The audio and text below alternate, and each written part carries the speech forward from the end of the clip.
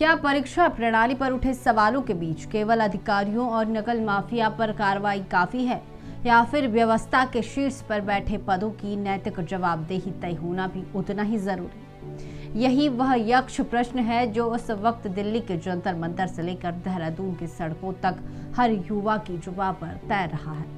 देश की राजधानी में परीक्षा सुधार आंदोलन के बाद केंद्रीय स्तर पर मचे सियासी घमासान के बीच अब उत्तराखंड की राजनीति में भी भारी उबाल आ चुका है। केंद्रीय शिक्षा मंत्री धर्मेंद्र प्रधान के बाद अब उत्तराखंड के उच्च एवं तकनीक शिक्षा मंत्री डॉक्टर धन सिंह रावत के इस्तीफे की मांग ने पूरी रियासत में जोर पकड़ लिया है।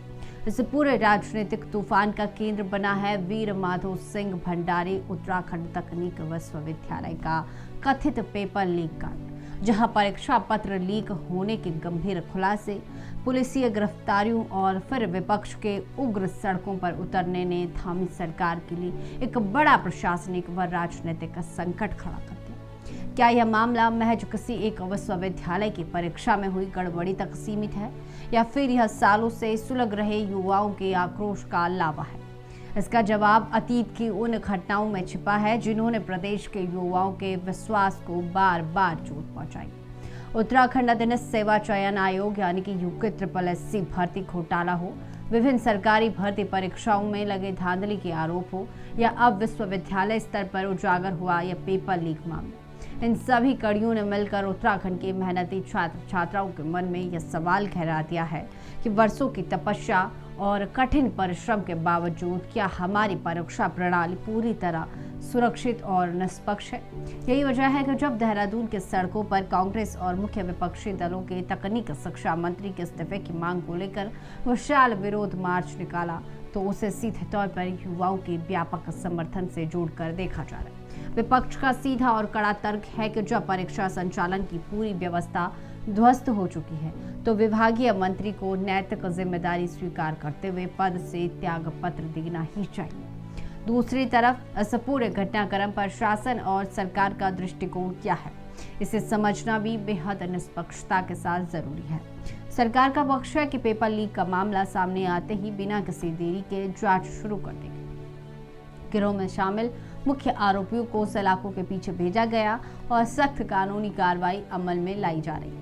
ऐसे में जांच प्रक्रिया जारी रहते और अंतिम रिपोर्ट आने से पहले राजनीतिक आधार पर निष्कर्ष निकालना या किसी के इस्तीफे पर अड़ जाना न्याय संगत नहीं होगा।